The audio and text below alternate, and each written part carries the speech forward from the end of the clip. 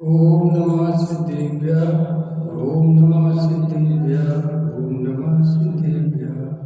नमो हरियन्ताणं नमो सिद्धाणं नमो हरियाणं नमो अज्जायाणं नमो लोके सव्यसावणं मंगलमय मंगले करन वीतराग विज्ञान नमो तारे जाते भई अरिहंतादि महान करे मंगल करे हो महा ग्रंथ करन के काज जाते मिले समाज सब पावे निज पद राज सो निज भाव सदा सुखद अपनो करो प्रकाश जो बहुविधि भव दुखान के करें सत्यानाश। मोक्ष मार्ग प्रकाशक तीसरा अधिकार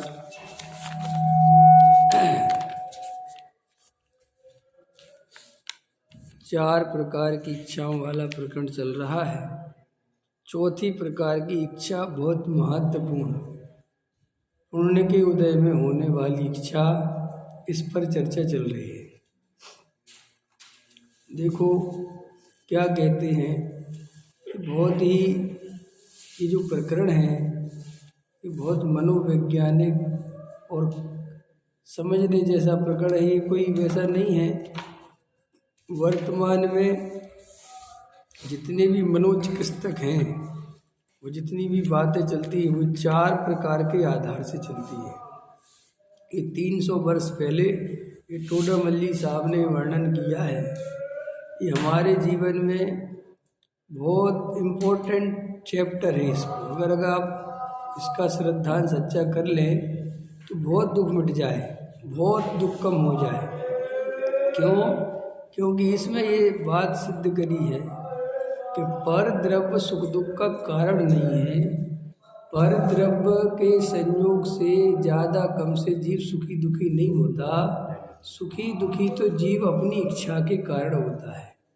जितनी ज़्यादा इच्छा, जितना ज़्यादा असंतोष, जितनी ज़्यादा पाने की इच्छा, लालच, दुख तो इससे होता है। ख्याल में है ना? और बाहर में कोई व्यक्ति करोड़पति हो, अरबपति हो, ये सुख का कारण मानना मिथ्यात्व है। सुख का कारण ये है ही नहीं।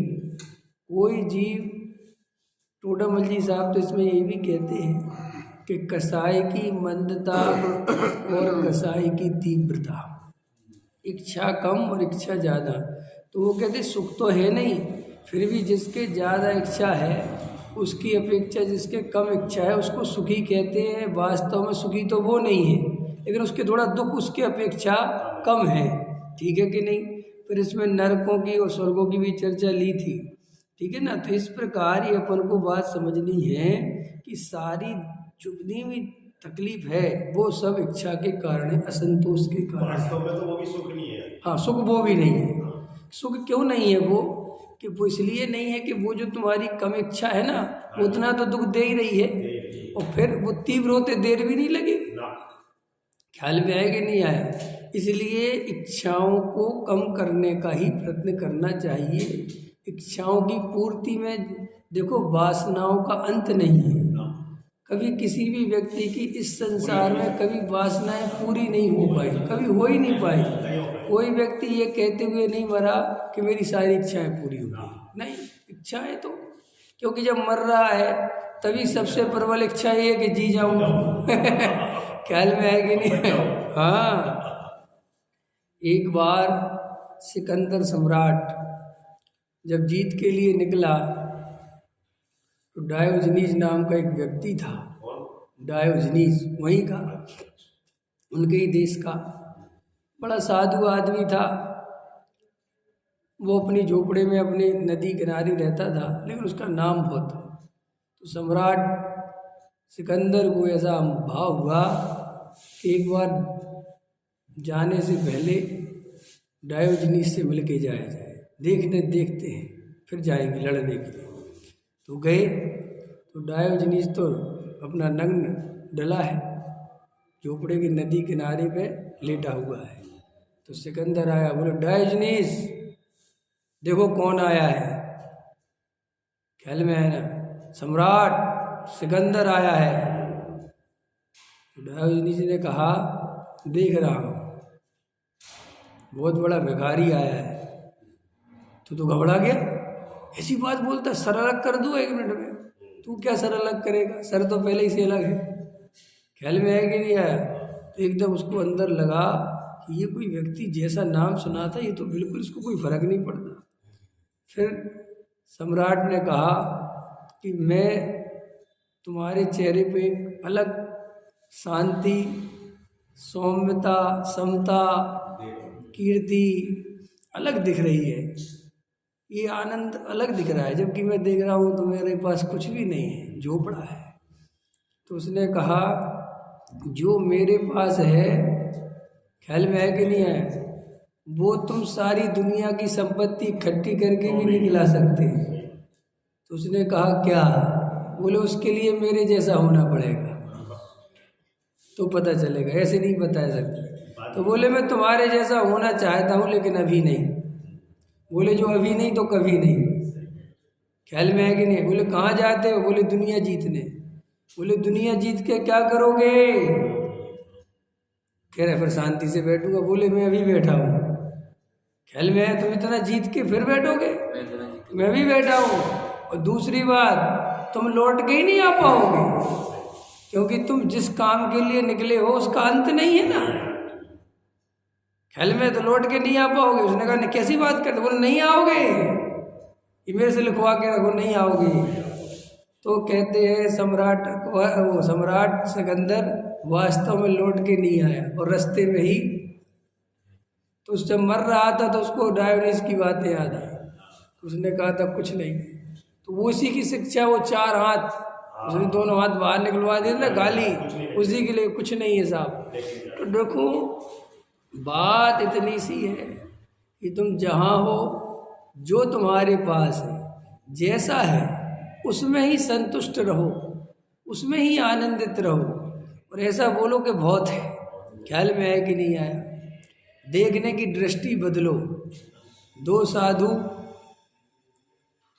भिक्षा मांगकर लौट रहे थे, और जब लौटे तो देखा कि उनका आधा झोपड़ा, जो झोपड़ा बना था उसका आधा छप्पर हवा उड़ा ले गई, आंधी उड़ा ले गई, आधा छप्पर बचा। ख्याल में है ना? तो एक साधु कहता है कि हे भगवान, हम तुम्हारी इतनी पूजा भक्ति अर्चना सब करते हैं और हमने कोई संपत्ति भी नहीं जोड़ रखी, एक जरा सा झोपड़ा बना रखा था सर्दी वर्दी के लिए, और वो भी तुम्हारी आंधियों ने उड़ा दिया। इसलिए कभी कभी शंका होती है कि परमात्मा है भी कि नहीं। उसी समय एक दूसरा जो उसका साथी था, वो जब उस झोपड़े के अंदर गया तो कहता हे परमात्मा, तेरा बहुत बहुत धन्यवाद, हमें तो ये बात पता ही नहीं थी कि आधे झोपड़े में भी काम चल सकता है और इतना बढ़िया आसमान दिखता है। ख्याल में है ना? क्योंकि पूरा बंद था तो दिखता नहीं था, और आधा निकल गया, आधा बचा तो कह रहा वो खुला आसमान भी दिखता है और झोपड़े में हवा भी कम है। तो बोले साहब हे परमात्मा, तेरा बहुत बहुत धन्यवाद, तूने आधा भी गिरा दिया, अब वो भी टेंशन कम। अब देखो दृष्टि 2 हो गई। एक व्यक्ति उसी परिस्थिति में कितना दुखी है और एक व्यक्ति उसी परिस्थिति में कितना खुश है। तो सीधा सा गणित है, ये जो सुख और दुख है ये प्योर हमारे आपका काल्पनिक है। वास्तविकता तो ये है कि तुम जैसा सोचते हो, जैसा विचार करते हो, उसी समय वैसा अनुभव करते हो। अभी तुम अपने को आत्मा देखो, गायक देखो, जानने वाला देखो, अकर्ता गायक स्वभाव देखो, ज्ञान स्वभावी जीव तत्व देखो, शरीर से भिन्न देखो, संयोगों से भिन्न देखो, देह से भिन्न देखो, अब भी देखो, वैसा अनुभव करोगे। सारी चिंताएं ऐसी छूमंतर हो जाएंगी, जितनी देर देखोगे लगेगा कोई चिंता है ही नहीं। किसकी चिंता? कौन सी चिंता? अपने आप अनंत शांति का अनुभव होगा कि नहीं होगा? अब ये शांति तुम्हें पसंद नहीं है, प्रॉब्लम ये है क्योंकि इस शांति में भरोसा नहीं है। ख्याल में है ना?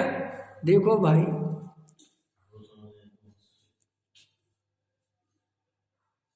आत्मा के प्रश्न करना चाहिए। प्रश्न का जवाब मैं 1000 दफ़े देता हूँ, फिर भी बार बार देने का मन करता है।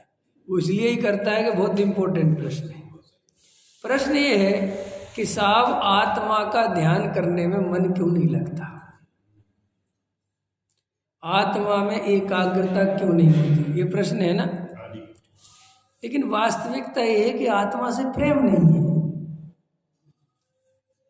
आत्मा से सुख मिलेगा ये भरोसा नहीं है। ख्याल में है कि नहीं आया? ये बस इतनी सी बात से ध्यान नहीं होता, एकाग्रता नहीं होती। कितनी सरल बात है। एकाग्रता करनी पड़ती है कि जहाँ रस होता है वहाँ एकाग्रता हो जाती है।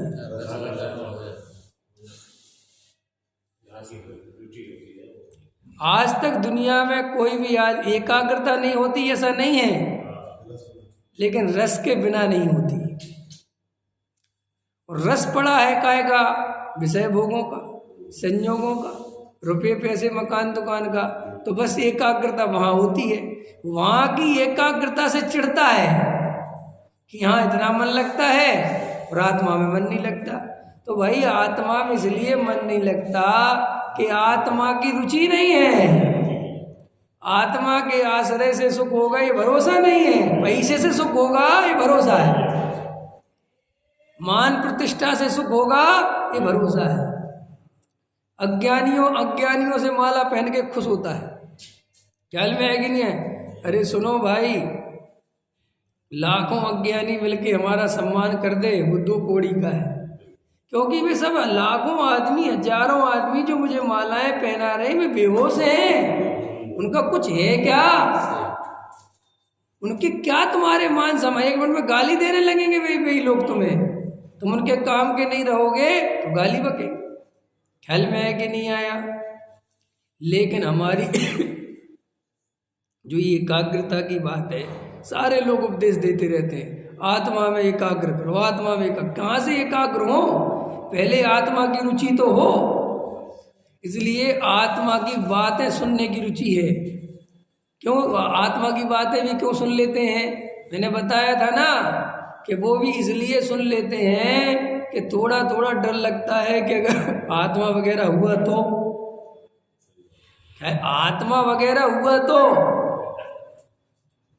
क्या कह रहे हो? हाँ, क्योंकि अगर जीव को पक्का भरोसा हो जाए कि मैं आत्मा हूँ और भैया ये पर्याय भी बदलेगी और मुझे मरना भी पड़ेगा और पर्याय छोड़ के जाना ही पड़ेगा, ये भरोसा ही आ जाए तो जीव का बाहर मन लगना बंद हो जाए। ये भरोसा कहाँ आता है? ख्याल में आया ना? तो भाई साहब अंतरंग से विचार करोगे तो हमारा रस जो है वो आत्मा में नहीं है। इसलिए आत्मा में एकाग्रता होने का तत्व विचार में उपयोग नहीं लगता। सीधा सा गणित, कुछ नहीं। तो साहब इसके लिए क्या करें? रस पैदा करो। हमारे जीवन में रसों की बहुत कमी है कि नहीं है? क्या कह रहे? हमारे जीवन में रस नहीं है, नीरस जीवन है। क्यों नीरस क्यों है? हमारा जीवन नीरस क्यों है? सोचा अरुण जी, हमारे जीवन में रस क्यों नहीं है, आनंद क्यों नहीं है? सब कुछ है, पैसा है, मकान है, दुकान है, पत्नी है, बच्चे हैं, वो सब अपनी जगह सेट है। कोई ऐसी बात नहीं कि सब कोई परेशान है। फिर भी हमारे जीवन में उमंग नहीं है, हमारे जीवन में आनंद नहीं है, मुरझाए हुए चेहरे, उत्साह नहीं है। क्यों? सोचा कभी क्यों? क्योंकि तुम वो काम नहीं करते जिसमें तुम्हें आनंद आता है। तुम वो काम करते हो जो दुनिया तुमसे करवाती है। नहीं समझ में आया? जैन साहब, नहीं समझ में आया? ये व्यापार तुम रुचि से नहीं कर रहे, ये जबरदस्ती कर रहे। जब अपन क्रिकेट खेलते थे, जब अपन गेम्स खेलते थे, जब अपन बैडमिंटन खेलते थे, देखो आनंद अलग आता है। क्योंकि वो हम किसी के लिए नहीं कर रहे, हम अपने लिए कर रहे हैं, अपने आनंद से कर रहे हैं। हमें कोई दबाव नहीं है, हमें उसको कोई परिणाम की भी चिंता नहीं है। आपको पता है क्रिकेट खेलने का आनंद उन लोगों को आता है जिनके ऊपर कोई प्रेशर नहीं होता, कोई दबाव नहीं होता। इंडिया के क्रिकेटरों को नहीं आता। जब देश के जो क्रिकेटर हो जाते इनको नहीं आता, क्योंकि ये पैसे के लिए खेलते हैं। फिर ये हार जीत की दृष्टि से खेलती तो डरते, अंदर प्रेशर रहता, अगर आज सेंचुरी नहीं मारी तो मुझे बाहर कर देंगे। ख्याल में तो वो तो उनका आनंद खत्म हो गया, तो उनका धंधा बन गया। तो भाई साहब हमारे जीवन में जो बिल्कुल मुरझाया हुआ जीवन चल रहा है, बड़े पैसा है, मकान है, दुकान है, बस सब कुछ है, लेकिन चेहरे पे खिलावट नहीं है, आनंद नहीं है, तो उसका मात्र कारण ये है तुमने जीवन में वो काम कभी नहीं किया जो तुम्हारे हृदय से करना चाहते थे या जिसमें तुम्हें आनंद आता है। तुम हमेशा काम किस तरीके से करते हो बताओ जैन साहब? इंजीनियर बनना अच्छा है कि डॉक्टर बनना अच्छा है, या कलेक्टर बनना अच्छा है, या चित्रकार बनना अच्छा है, या मूर्तिकार बनना अच्छा है, या खिलाड़ी बनना अच्छा है, अथवा व्यापारी बनना अच्छा है, या प्रोफेसर बनना अच्छा है? पंकज जी आंसर दो, क्या बनना अच्छा है? जिसमें आनंद आए। यस, हमारा लेकिन ये उत्तर नहीं है। हमारा उत्तर है पैसा ज्यादा किसमें मिलते। प्रॉब्लम क्रिएट समझ में आ गई? आइंस्टीन वो बना जो उसे बनना चाहता था, और हम वो बनना चाहते जिसमें पैसा ज्यादा मिले। ख्याल में है कि नहीं आया? हमारे जीवन के सारे सुख दुख इसी आधार पे चल रहे हैं। हम अपने पूरे जीवन में यही नहीं पता कि हम करना क्या चाहते थे और हम कर क्या रहे। एक आदमी के बाबत एक कहानी पढ़ी। एक व्यक्ति था, उसके बाद बहुत पैसा था, वो प्रॉपर्टी डीलर था, ख्याल में है ना, बहुत पैसा कमाया उसने, बहुत शहर में बहुत बड़ा पैसे वाला हो गया। लेकिन अचानक देखा पाया गया कि वो व्यक्ति 20 साल 25 साल तक इतना पैसा, बंगला, मकान, दुकान, गाड़ी बनाई और अचानक गायब हो गया। आत्महत्या करने का कोई मतलब नहीं था। ठगल में आया ना कि वो आत्महत्या कर ले या कुछ हो जाए, कोई उसकी लाश नहीं, कोई एक्सीडेंट नहीं, कोई घटना नहीं, कोई घर में लड़ाई झगड़ा नहीं कि चलो लड़ाई झगड़ा करके भग गए, कुछ बात ही नहीं, वो गायब। बहुत ढूंढा, कहीं नहीं मिला। 3 साल बाद पता चला कि वो व्यक्ति एक दूसरे शहर में जो है चित्रकारी सीख रहा है।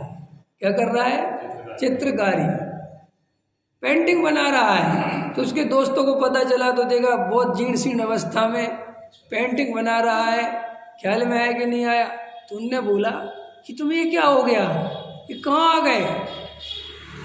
बोले कहाँ नहीं आ गया, मैं सही जगह आ गया। मेरे को चित्रकारी करने में, पेंटिंग करने में हृदय से आनंद आता है। वो तो पता नहीं मैं कहाँ से क्या बन गया प्रॉपर्टी डीलर, वो मेरा कोई मजा आता ही नहीं था। पैसा बहुत कमाया लेकिन मेरा पैसे में वो आनंद, क्योंकि आपकी गलत फहमी है कि आनंद पैसे से आता है। आनंद उससे आता है जो आपका हृदय करना चाहता है। ख्याल में? अब आपका हृदय की मानसिकता ये डबल गेम चल रहा है कि पैसा जोड़ लूंगा, मकान बना लूंगा, दुकान। कई लोगों को देखा हमने, बिहारों में घर बना लिया, बड़े बड़े मोटर गाड़ी बंगले बना लिए, अब उसी बिहार के बंगले में मुरझाए हुए बैठे हैं। उनसे कहो कि अब ये रौनक क्यों नहीं है तुम्हारे चेहरे? अब तो तुमने सब बना लिया ना, अब तो तुम्हें आनंद में होना चाहिए, लेकिन आनंद आया नहीं, क्योंकि वो सब कमाना धमाने कोई रस नहीं है, ये कोई आनंद की चीजें नहीं है। देखो, एक व्यक्ति जब अपने हृदय से नाचता है उसका आनंद अलग होता है, और ये जबरदस्ती नचाया जाए, ख्याल में है कि नहीं? ये बात तो समझते हो कि नहीं समझते कि भाई आनंद, इसलिए अपने जीवन में जो काम कर रहे हैं उसको आनंद पूर्वक करो, भोजन मत ढूंढो। आपने भोजन, पंकज जी देखो, आप जिससे प्रेम करते हो उसके लिए भोजन बनाना अथवा उसको कुछ खिलाना, आपको आनंद आएगा। आपको आएगा, आप थकोगे नहीं, आपको आनंद आएगा। वो 1 रोटी की 3 खाएगा, आपको मजा आएगा, और खा, मजा आएगा, खा, बहुत अच्छा, आपको अच्छा लग रहा है। और जिस व्यक्ति को आप खिलाना नहीं चाहते, जिसमें आपकी रुचि नहीं है, उसको भोजन देना पड़े तो उसकी 1 रोटी की दूसरी मांगे तो जोर पड़ता है, कितना खाएगा? अंत समझ में आया कि नहीं आया? तो खेल काय का है? रुचि का, अपनी रुचि का।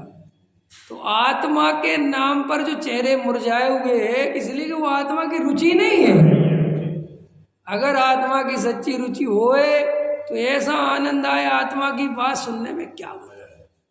देखो, आपको मेरे प्रवचन में रुचि, आनंद आ रहा है तो तुम्हारा सुनने का मजा अलग है, कोई याद नहीं आएगी, तुम्हें मन एकाग्र करना पड़ रहा है, अपने आप मन एकाग्र। और प्रवचन में आनंद नहीं आ रहा तो अपने आप मन दुकान पे जाएगा, कहीं और जाएगा, और बैठे रहोगी यहाँ।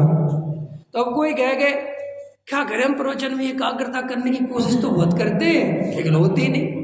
अरे भाई होगी कहाँ से, तुम्हें आनंद ही नहीं आता उस प्रवचन में। लेकिन तुम्हें सिखाया ही जाता है भगवान के सामने एकाग्र होकर दर्शन करो, भगवान मंदिर में प्रवचन ध्यान से, क्या ध्यान से सुने, भगवान इतने अच्छे लगे तुम्हें कि पीछे प्राइम मिनिस्टर भी आ जाए तो उसको देखने का मन नहीं करे, तो एकाग्रता अपने आप होगी कि नहीं होगी है। अब जब वास्तविकता एक रुचि है ही नहीं, तो फिर मंदिर में होता क्या है, दर्शन कर रहे हैं,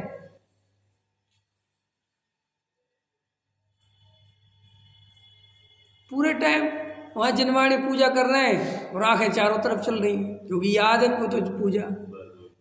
तो ऐसा क्यों हो रहा है, रुचि नहीं।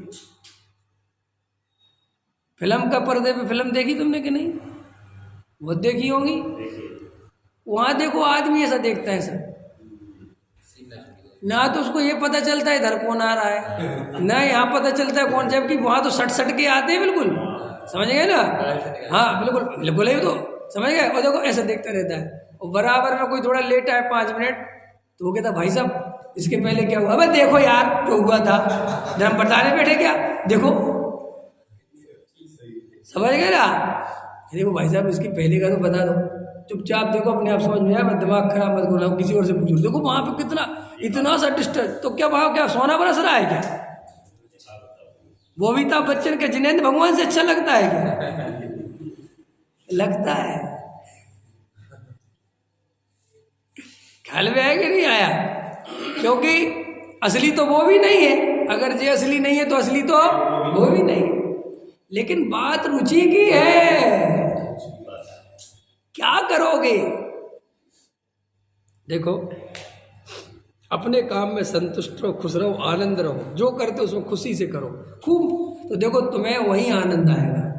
कबीरदास जी के बारे में मिलता है, कबीरदास दुनिया के एक ऐसे आदमी हैं जिनके बारे में जगत प्रसिद्धि है कि वे आत्मज्ञानी थे, और वो एक ऐसा बुद्ध पुरुष है, आत्मज्ञानी पुरुष है, जिसको आत्मज्ञान होने के बाद भी जुलाहे का काम करते रहे, बंद नहीं किया कभी, हजारों से 5-5, 700 शिष्य, लेकिन जुलाहे का काम करते थे।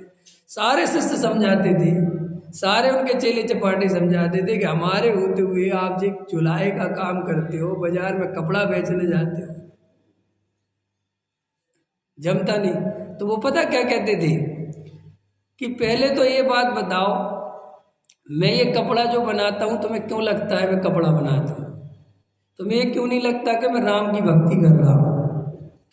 कपड़ा बनाने में राम की भक्ति कैसे हो गई, बोले मैं जितने भी कपड़ा बनाता हूँ सारे कपड़े राम के लिए बनाता हूँ। क्या, किसके लिए बनाते हो, राम के लिए बनाते हो। बोले राम कहाँ है, तुम तो बाजार में बेच आते हो। बोले जिनको बेचता हूँ वे सब राम ही तो है। उस व्यक्ति को हर ग्राहक में भगवान दिखता था। तो ऐसा लिखा है कि जब वो बाजार में कपड़ा बेचने जाते थे तो कहते थे राम लो कपड़ा, किसी व्यक्ति का नाम नहीं पूछते, क्या बोलते थे सबको, राम लो कपड़ा। और बहुत प्रेम से आपके लिए बनाया है, 3 पीढ़ी तक पहनो, ऐसा बनाया है राम। वो ग्राहक भी कहते थे हमें राम क्यों कह रहे, तुम्हारे लिए बना राम। वो सबको राम राम करके देते थे, उनको सब में राम दिखता था। अब है ना कमाल, इतना बढ़िया कमाल है कि नहीं। और हमें दिखते हैं सब में भगवान। अरे हमें तो ग्राहकों में तो छोड़ो, वे तो हमें ग्राहकों को देख के तो लगता लूट लो इसको, ख्याल में है कि नहीं आया। हमें तो मंदिर वालों में भगवान नहीं दिखते। अब हम अब बोलो हमारी रुचि कैसी है। देखो भैया, भगवान कहने से भगवान नहीं बन जाओगे। किसी ने घोषणा कर दी कि तुम भगवान हो इसलिए भगवान हो जाओगे, इस भ्रम में मत रहना। गुरुदेव के ग्रुप में शामिल हो गए इसलिए यहाँ तो सब जीव भगवान है, भगवान, तो तुम भगवान हो जाओगे। अगर ऐसे ही चलता रहा तो कालांतर में निगोद है। ऐसी बातें करते हो। हम कांची स्वामी के भगत होके निगोद चले जाएंगे। अरे तुम महावीर के भगत होके चले गए, कांची स्वामी क्या कर लेंगे है, ख्याल में है कि नहीं आया। अभी ऐसी बात बोल दूं मैं कहीं तो क्या होगा, गुरु साहब अब तो कांची स्वामी, तो क्या कांची स्वामी महावीर से बड़े हो गए है। गुरुदेव महावीर से बड़े हो गए क्या? जब हमने महावीर की नहीं सुनी, जब हमने कुंद की नहीं सुनी, उनको ठग लिया, तो गुरुदेव कहाँ से आए? तुम कहते रहो हूँ परमात्मा छूए हम नक्की कर, लेकिन नक्की तो हमें करना है, वो तो हम करेंगे तब होगा ना। कुंद कह रहे कि मैं तुम्हें एक वक्त भगवान आत्मा बताऊंगा, कि बताते रहो, अनुभव तो हमें करना है ना। तो अनुभव करोगे तब ना मिलेगा आत्मा, अनुभव तो करते नहीं। लेकिन हम तो साहब उस धर्म को मानते हैं जहाँ सभी जीवों को भगवान बताया जाता है, तो सभी जीवों को भगवान बताने से तुम भगवान हो गए हैं? मेरे कहने से तुम निकट भब्बो, मुकेश जी, तो तुम निकट भब्बो हो जाओगे हैं? तुम्हारा धर्म महान है, तुम मानो, जैन कुल में जन्म लेना बहुत तो ये तो ऐसी बात है सुन के जो खुश होते हैं ना, वे समझते हैं बड़े धार्मिक। धार्मिक नहीं हो, अहंकार की पुष्टि होती है इससे। ये कोई धर्म की लक्षण है? समझ में आया कि नहीं आया? भजन गाते हैं लोग, अभिमान करो रे हम जैन कुल में जन्मे, अभिमान करो रे। और नाचते लोग, उन मूर्खों को यही पता नहीं कि तुम बोल क्या रहे। ख्याल में है? अभिमान करो रे, किस बात का? किस बात का अभिमान करे भाई?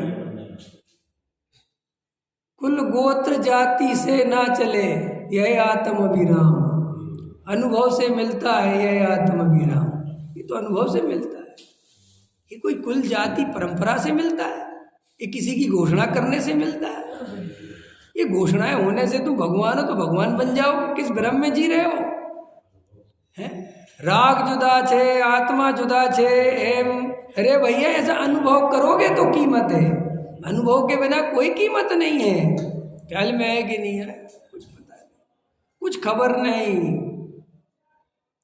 तो बात यहाँ से प्रारंभ करी कि भाई जो कर रहे हो, तुम्हारे पास जो है जैसा है, सबसे पहले उसमें आनंद से रहना सीखो। आकुलता छोड़ो, बिल्कुल मत सोचो कि ये हो जाए, ये हो जाए। जो है हो जाए, उसका निषेध नहीं, लेकिन होने की सोचेंगे नहीं, रहेंगे मस्त। क्योंकि पुण्य का उदय आएगा, तो पुण्य के उदय में अगर करोड़ रुपए आने होंगे तो आएंगे भी जाएंगे कहाँ। लेकिन मैं करोड़ रुपए की चिंता करूंगा नहीं। मेरा बेटा कुछ बनेगा, उसके उदय प्रमाण, लेकिन मैं उसके बनने की चिंता करूंगा नहीं, क्योंकि मेरी चिंता से वो बनना ही नहीं कुछ। देखो अभी तुम्हारे सारे लोग मिट जाएंगे कि नहीं मिट जाएंगे? ख्याल में है ना अरविंद जी? फैक्ट्री जाओ तो ये समझ के जाओ कि मंदिर में आ गया दूसरे, बिल्कुल नहीं, कोई दिक्कत नहीं। पूरे ऐसा नहीं उसको बोझा, तो उससे क्या खिंचे खिंचे रहते हो, थक जाते हो। काम तो करना है कि नहीं करना है? उसके बिना तो गुजारा नहीं है। तो काम को ही, उसमें ही धर्म खोजो ना, कि यहीं शांति से बैठेंगे, कोई बात, यहीं बीच बीच में मौका मिलेगा, यहीं ध्यान लगाएंगे, यहीं आत्मा की शुद्ध लगाएंगे। ख्याल में है कि नहीं आया? क्या जा रहा दुकान पे बैठ के राजेश जी, आत्मा का ध्यान नहीं हो सकता? हो सकता है कि नहीं? अरे हो सकता है कि नहीं? जब जेल में बैठ के प्रेमिका को याद किया जा सकता है? कर सकते हो कि नहीं कर सकते? अरुण जी, प्रेमिका न शब्द लिया, पत्नी नहीं लिया, क्योंकि पत्नी को कोई याद नहीं करता। पता है बात तुम्हें कि नहीं? प्रेमिका और पत्नी में क्या अंतर होता है? भेद है बहुत। अरुण जी का क्या होता है? अरे भाई, नाम तो अरविंद जी का भी ले सकूं, नाम तो किसी का भी ले सकूं। अरुण जी को इसलिए स्पेशल लिया कि इन बातों से ऊपर उठ गए वो। ख्याल में आया कि नहीं आया? बोलो। अब कभी सोचते हो सब चीजों को? सोचा कभी? दिमाग लगाया कभी भी? देखना, प्रेमिका शब्द डालते हैं, पत्नी मत। क्यों? कि पत्नी को कोई याद नहीं करता। जो मिल गया उसमें सुख की प्राप्ति खत्म हो जाती, जो नहीं मिला सुख तो वहां दिखता है। ख्याल में आया ना? अरे मैंने कई बार चुटकुले सुनाए, तो मैं नहीं सुनाए। एक आदमी एक आती हुई स्त्री को देख के मन ही मन बड़ा प्रसन्न हो रहा था, ये तो बड़ी सुंदर स्त्री है, लेकिन उसका ठीक से चेहरा दिखाई नहीं दे रहा था। और सोच रहा तो बड़ी सुंदर है, बहुत ही सुंदर है। और जैसे जैसे करीब आई, उसकी उत्सुकता बढ़ती ही जा रही थी कि अब चेहरा दिखेगा, अब चेहरा दिखेगा, और जैसे वो ज़्यादा ही पास आई और चेहरा दिखा तो देखा ये तो मेरी पत्नी है। बोले ओ हो ख्याल में आता कि नहीं आता, ये क्या हुआ, ये क्या हुआ। ये जगत का स्वरूप है। हमें अपना मकान अच्छा नहीं लगता, अपनी गाड़ी अच्छी नहीं लगती, अपनी पत्नी अच्छी नहीं लगती, अब कुछ अच्छा नहीं लगता।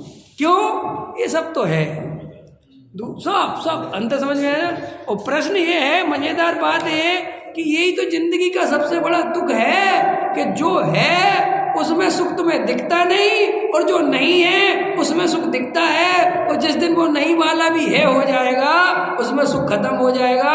बताओ इस प्रकार के चले तो सुख कब मिलेगा? कभी नहीं मिलेगा। ये तो तुमने सिद्ध कर लिया ना कि ऐसा तो कभी नहीं मिलेगा। इसका मतलब जैसा है जो है उसमें सदा। देखो भाई, इस पर्याय में रहने कितना दिन है। बाहर में भी आनंद से रहो और अंदर में भी आनंद से रहो। हमें नहीं कह रहे कि बाहर में दुखी रहो, क्योंकि बाहर में दुखी रहोगे तो अंतरंग का आनंद कभी नहीं भोग पाओगे। ये भी समझ लो, बाहर में प्रसन्न रहना देवेंद्र जी बहुत जरूरी है। समझ गए? रोतों को नहीं मिलता जी आत्मा बात। रोते रहते हैं, जो लटकाए चेहरे घूमते रहते हैं, बुझ गए चेहरे धर्म के नाम पे। चेहरे पर रौनक होनी चाहिए, उसको मिलता है आत्मा। पता नहीं लोगों ने धर्म को ऐसा समझ लिया, मरे मरे से रहो तो उनको लगता सम्मिशन हो जाएगा। समझ गए? नहीं समझ गए? ये जो मरिया से, जो मरे मरे से रहते, कुछ नहीं मिलता है इनको। अंदर भी रोते हैं, बाहर भी रोते हैं, क्योंकि जिनको असली स्वरूप है वो बाहर भी आनंद में रहते हैं। वो घबराते नहीं, क्या घबराना। ये भजन लिखा ना ज्ञानी ने तो लिखा, हमको कछु भय नारे जान लियो संसार। अब भय किस बात का? पता है जिस दिन रहना है रहेंगे, जब निकलना है तो जितने दिन रहना है शांति से रहेंगे। जो मिला उसमें मस्त रहेंगे, जो नहीं मिला उसकी इच्छा छोड़ देंगे। लोग ख्याल में आया कि नहीं आया? देखो भाई साहब, बाहर में सुखी रहना है तो यही मंत्र है। और अगर बाहर में तुम ये मंत्र नहीं अपनाओगे तो अंदर नहीं जा पाओगे। क्यों? कि जिनके बाहर इतना दुख है वे बेचारे उसी दुख में ही दूर करने में लगे रहेंगे, अंदर जाएंगे कब? नहीं समझ में आया? मेरे पास साइकिल है, मेरे पास स्कूटर नहीं है, और मेरी स्कूटर लेने की इच्छा है। तो वो स्कूटर लेने की इच्छा मुझे ध्यान नहीं करने देगी, क्योंकि मैं ध्यान करने बैठूंगा मुझे स्कूटर की याद आएगी। और अगर मैंने ये निर्णय कर लिया कि स्कूटर को आना हो आए, नहीं आना हो नहीं आए, अपने को कोई टेंशन नहीं, तो साइकिल में ही मस्त है। अब तुम ध्यान करने बैठोगे तो कर पाओगे कि नहीं? छोटे मकान से बड़े मकान बनाने की इच्छा है। ये लोग कहते हैं ना, हम सब आत्मा का ध्यान करने बैठते ना तो ना जाने क्या क्या बातें याद आती, बेई बातें याद आती जिनको तुम ज्यादा चाहते हो। और क्या है वो, क्या है? इतनी बात हमारे निर्णय में आ जाए, देखो अब भी आनंद आएगा। ऐसा आनंद आएगा पूछो। देखो भाई, इन बातों में कोई दम नहीं है कि तुम्हें कभी बैराग आ जाता है, कभी बहुत राग आता है। देखो पंकज जी, जैसे पुण्य और पाप, कभी पुण्य कभी पाप, कभी पुण्य कभी पाप, कभी पुण्य कभी पाप, कभी धूप कभी छाया, कभी धूप कभी छाया, इसको बदल नहीं सकते, है कि नहीं? सूरज है, अपना सर्कल घूमेगा, धूप आएगी छाया आएगी, धूप आएगी छाया आएगी, सिस्टम है। ऐसे परिणाम कभी पुण्य रूप होंगे, कभी पाप रूप होंगे, कभी पुण्य रूप होंगे, बदल नहीं सिस्टम। इसमें तुम्हें कुछ कर नहीं करना, इन प्रकृति से ही ऐसे है। ऐसे ही समझो, अगर तुमने आत्मा नहीं समझा तो तुम्हें कभी तो वैराग आएगा। असली आत्मा नहीं समझा तो कभी तो लगे कुछ नहीं रखा। जैसे तुम्हारे विपरीत परिणमन होगा ना, शरीर में रोग, संयोग में रोग, है ना, पैसे की दुखे तकलीफ और तो बस एक तुम्हारे सही कहते संसार में कुछ नहीं रखा भैया, आत्मा ही सब कुछ है भैया, धर्म ही सब कुछ है, वास्तव में सब बेकार है। ऐसी बातें करने लगोगे और जैसे ही पुण्य का उदय आएगा ये बातें भूल जाओगे। अरे भैया पैसा और भी जोड़ो और करो भैया, सब ठीक है वो अपनी जगह पर, ऐसी बातें करने लगो। तो इनमें कुछ दम नहीं है तुम्हारी, ये जो मरघट का वैराग है ये हर जीव को आता है अपने जीवन में कई बार, ये तुम्हें अकेले नहीं आता। जैसे दुनिया में हर अज्ञानी को, ऐसा मनोवैज्ञानिक कहते हैं पूरे जीवन में कम से कम 500 दफे आत्महत्या करने के भाव आते हैं एवरेज। कितने दफे? 500 दफे एवरेज पूरे जीवन में हर व्यक्ति को आत्महत्या करने के भाव आती है। करते नहीं है पूरे जीवन। अपन को नहीं है। आपको लगता है अभी कहोगे जैसे हमें तो नहीं है। अरे भाई आत्महत्या करने वाले इतने दुखी हो गए इससे तो मर जाते, ये आ गया ना परिणाम। मतलब मर जाता तो अच्छा था, ये आ गया ना। आत्महत्या करने गए ना, रस्सा वस्सा लेके मिट्टी का तेल लेके तैयारी कर रहे भाव। अरे किसी चीज कितने दफे आते हैं भाव। पत्नी से लड़ाई हो गई, किसी और से मर जाता तो अच्छा होता। तेरे से शादी होने से अच्छा तो मर जाता। समझ गए नहीं? समझ, मरना बहुत अच्छा। क्या है ये सब? क्या है ये सब? सोचा कभी? पकड़ में आई कि क्या चक्कर है? तो भाई ये जो बैराग गाथा पंच कल्याणक में गए मुनि, वो आता ना वो दीक्षा कल्याणक, तब कल्याणक। कई लोगों की आंखों से आंसू निकलने लगते हैं, कई लोग की आंखों से आंसू देखने निकलने। वे उनके आंसू देख के आजू बाजू सोचते हैं कि आदमी कितना धार्मिक है, जबकि ये बागवान देख के भी रो रहा था।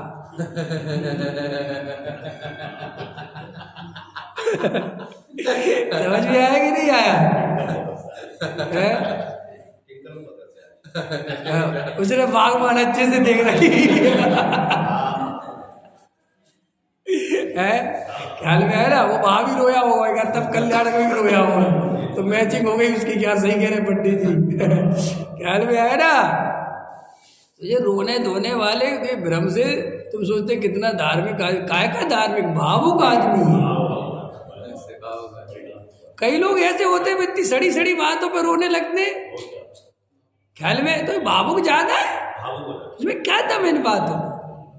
कई लोग ऐसे होते बड़े से बड़ी घटना में शांति से खड़े रहते। ख्याल में है कि नहीं है? रविंद्रनाथ टैगोर के जीवन में घटना मिलती है, रविंद्रनाथ टैगोर के जीवन में घटना मिलती है कि रविंद्रनाथ टैगोर आचार्य विद्यासागर की मिलती। ये आचार्य विद्यासागर नहीं जो साउथ वहाँ हुए कलकत्ता में, विद्यासागर संत माने वो कवि हुए। तो उनके जीवन में घटना मिलती है कि उनको बहुत गरीब आदमी थे वो, तो उनको वहाँ की सरकार ने सम्मानित करने की सोची। तो उनके पास क्या अच्छे कपड़े भी नहीं थे। तो किसी ने, उनके दोस्तों ने, मित्रों ने सलाह दी कि देखो कल परसों तुम्हारा सम्मान है, वहाँ एक जोड़ी अच्छे कपड़े सिलवा लो। ख्याल में है कि नहीं है? हाँ, और अच्छे लगोगे। तो उनको भी जची बात, तो ठीक है। उन्होंने कहा ठीक है करता हूँ। लेकिन शाम को वो टहलने जाते थे तो एक आदमी बड़ी अचकन पहने हुए, बढ़िया एकदम बढ़िया टिप टॉप कपड़े पहने हुए ऐसा घूम रहा था वहीं। और इतने में उसका नौकर आया दौड़ते हुए। नौकर आया, बोले साहब हवेली में आग लग गई। वो कहता ठीक है। अरे उसने कहा साहब हवेली में आग लग गई। बोले हाँ सुन लिया, हवेली में आग लग गई, अब चुप हो जा। तो बोले साहब चलो। तो वो जैसा चलता था ना, टहल रहा था, बिल्कुल उसी मस्ती में चल रहा। तो लिखते हैं कि विद्यासागर अपने संस्मरण में कि मैं तो चकित रह गया कि ये व्यक्ति गजब का व्यक्ति है। इसकी हवेली में आग लग गई, ना दौड़ रहा है ना माथे सल्ल पड़ी है, वो ही चाल मस्ती की चल रहा है। समझ में आया ना? तो वो नौकर कहता है बाबूजी जल्दी जल्दी चलो, हवेली में आग लग गई। तो वो उसके पीछे पीछे विद्यासागर चल रहा है और वो जवाब देता है नौकर को, क्या ये हवेली में आग लगने से जीवन भर की चाल बदल ले?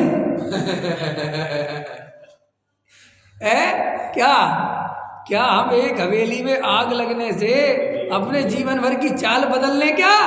चल धीरे धीरे चलते चलेंगे।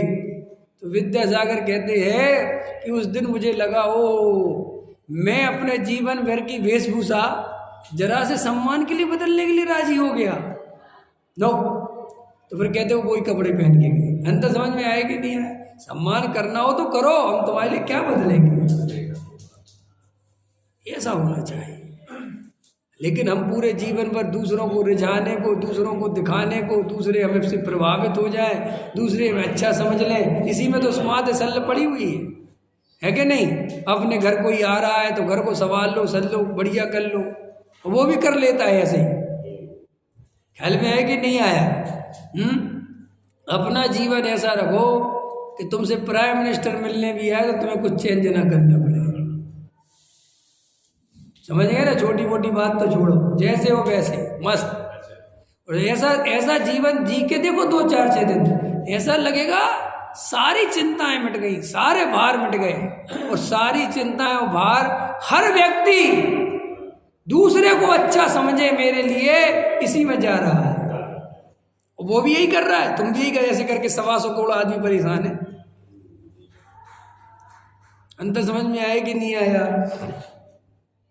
तो यहाँ जो टोडामल जी साहब ने एक बात स्पष्ट रूप से कही, वो बहुत महत्वपूर्ण है हमारे जीवन में, कि भाई सुखी दुखी होना तो इच्छा के अनुसार है, बाह्य कारण के अधीन। और हमें ऐसा लगता है, यही मिथ्या दर्शन है, कि बाह्य कारणों के कारण ही हम सुखी दुखी हो रहे हैं। बस ये बात हमें आज समझ में आ जाए। आज 2-3 बातें महत्वपूर्ण कही हैं कि एक तो हमारा जीवन जैसा है उसमें खुश रहो, आनंदित रहो, चाहे वासनाओं का कोई अंत नहीं है, ही नहीं अंत है? अंत हो तो बताओ। अभी तक हमारी आपकी कितनी इच्छाएं पूरी हो गई, लेकिन इच्छाएं एक भी कम नहीं हुई। कम हुई? कम हुई हो तो बताओ।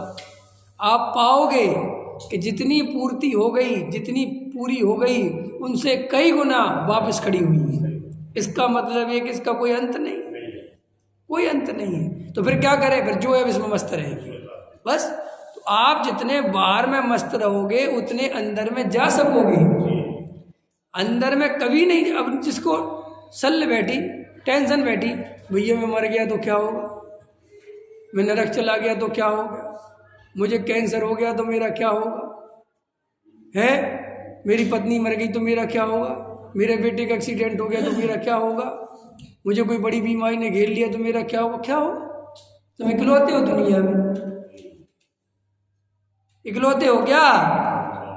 और चलो नहीं हुआ कुछ, अच्छा बताओ देवेंद्र जी, जिनको कोई बीमारी नहीं होती बुढ़ापे तक वे मरते हैं कि नहीं? ऐसे कई लोग रहते हैं। मैंने ऐसे देखे अरविंद जी व्यक्ति कि उनको जीवन भर कोई रोग ही नहीं हुआ, फिर मरना पड़ा कि नहीं? अरे मरना पड़ा कि नहीं? हमारे गांव में एक पटेल रहता था, वो हमारे बाबा के पास बैठता था। उसकी 2 लड़कियां थी, उसकी शादी हो गई, उसकी 2 लड़की, उसकी लड़का बड़का था नहीं, पत्नी उसकी बहुत पहले मर गई थी। कम से कम उस आदमी ने मेरे हिसाब से 40 साल रोटी बनाई होगी अकेले ने, और एक खुद ही रहता था अकेले घर में। हम लोग तो देखते थे, बच्चे थे। तो हमारे गांव उस पर 1-2 एकड़ शायद जमीन भी थी। हमारे गांव के अधिकतर लोग कहते थे पटेल बब्बा के जब तक हाथ पैर चल रहे हैं तब तक तो ठीक है, पटेल बब्बा की सेवा कौन करेगा? सबसे बड़ी चिंता, वो कभी ना डॉक्टर ना दवाई, कुछ मतलब ही नहीं। गाँव देहात में तो सोते थे वो भाई साहब, सब बड़ी चिंता करते थे। वो 75-80 साल का हो गया, ख्याल में ना, और एक बड़ी हाथ में चलते हुए रात को सोया, सो ही गया। खबर पटी पटेल बाबा तो मर गया। कैसे मर गया? हुआ क्या? कुछ नहीं, सोते सोते चला। तो आयु कर्म पूरा होगा कि नहीं होगा? तुम क्या सोचते? तुम बीमार नहीं रहोगे, तो मरोगे नहीं? कैसी बात, मरोगे तो मरना तो है ही। मरने का भय निकाल दो, क्योंकि उससे बचने का कोई उपाय। और दूसरी बात, मरने का भय निकाल दो, क्योंकि मैं कभी मरता नहीं। मैंने एक दिन तुम्हें सुकरात की बात सुनाई थी कि सुकरात से कहा मरते हुए डर नहीं लग रहा। बोले कैसी बात? मर गया तो फिर चिंता किस बात की, क्योंकि मैं खत्म ही हो गया। और अगर मैं मरता नहीं हूं, इसके बाद भी जिंदा रहता हूं, तो फिर डर किस बात का? दोनों बातें समझ में आ गई कि नहीं समझ में आ गई? अगर मैं सदा काल रहता हूं तो फिर क्या सोचना, और अगर मैं मर नहीं जाना, खत्म ही हो जाना, तो फिर क्या सोचना? ख्याल में आया कि नहीं आया? गहराई से इस बातों का विचार करना, अपने जीवन में वो काम करो जिसमें तुम्हें आनंद आता है, वो काम बिल्कुल मत करो जो तुम परेशान होके दूसरों के लिए चिड़चिड़ा के जबरदस्ती करते हो। और अथवा वो करना भी पड़ता है तो फिर उसी में आनंद खोजो, जब करना तो पड़ेगा। कोई उपाय तो है नहीं। ख्याल में है कि नहीं आया? अब बाल झड़ गए अपने, ठीक है कि नहीं? अब चांद निकल आया है, हाँ, जैसे आपका निकल आया ना, जैसे कुछ दिन बाद मेरा निकल आएगा, ठीक है? अब क्या करें? अब क्या परेशान हो? क्या इसी को स्वीकार कर लो। अब इसी में देखो यार, चांद में भी कम स्मार्ट नहीं लगता मैं, है कि नहीं? बस आनंद चालू। अब क्या परेशान? जब तक हो रहे थे। अब दूसरे कह रहे यार पंकज जी अच्छे नहीं लग रहा है। अरे तुझे क्या पता, मुझे पता मैं कितना अच्छा लग रहा। पहले तो बाल थे तो ज्यादा परेशान होता, अब तो बिल्कुल नहीं होता, एकदम हाथ फेरो बढ़िया सपाट। देवगति वालों के बाल नहीं होते, पता है आपको? देवगति में झंझट वाले काम ही नहीं होते। ख्याल में है ना? इसलिए जो है जैसा है उसमें संतुष्ट रहो, स्वीकार करो। और दूसरी बात, आत्मा में रस लेना सीखो, आत्मा में रुचि लेना सीखो, आत्मा पे भरोसा करो कि आत्मा के आश्रय से मेरे दुख मिट जाएंगे। सम्यक दर्शन से सब दुख मिटेंगे। तो सम्यक दर्शन तत्व विचार करने से प्रकट होगा। तत्व विचार करना ही करना है, अपने आप मन लगेगा तत्व विचार करने में।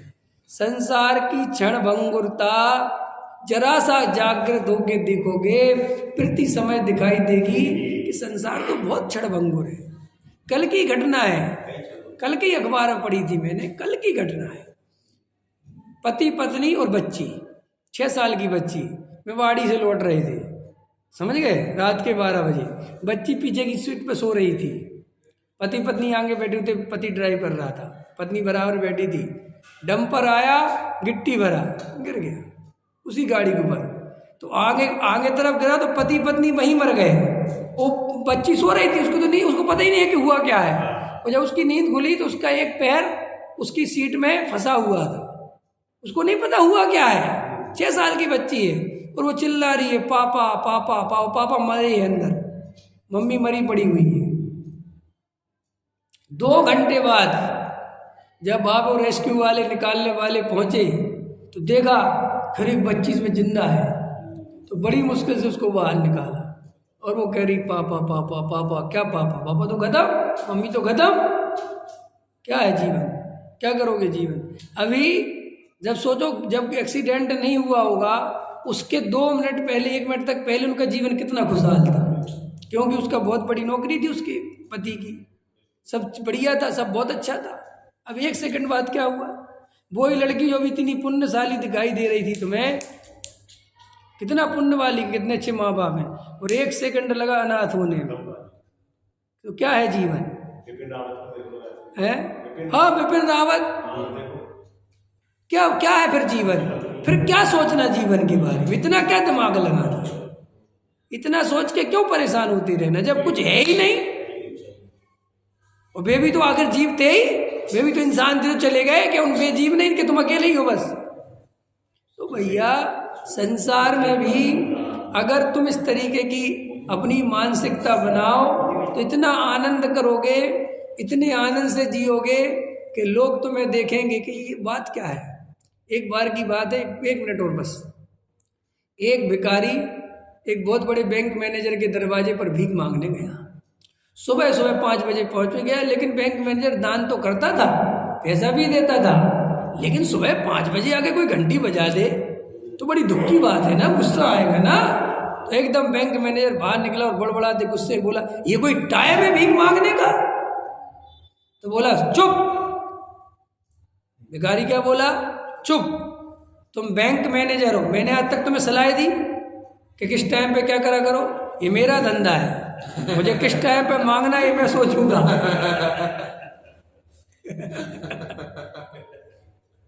बोलो। तो वो कहता है ये कैसा भिखारी है भाई? बोले मैं भिखारी हूं तो मैं कोई दीनहीन नहीं हूं, मैं अपनी भिखारी अपनी बादशाही से मांगता हूं, मेरा अधिकार है। भिखारी भी हो तो ऐसा, ख्याल में आए कि नहीं आए? जब भिखारी इतनी बादशाही से जी सकता है तो तुम तो भीख नहीं मांग रहे, तो फिर तुम क्यों इतने दीनहीन बन रहे भाई? विचार करो। सहजानंद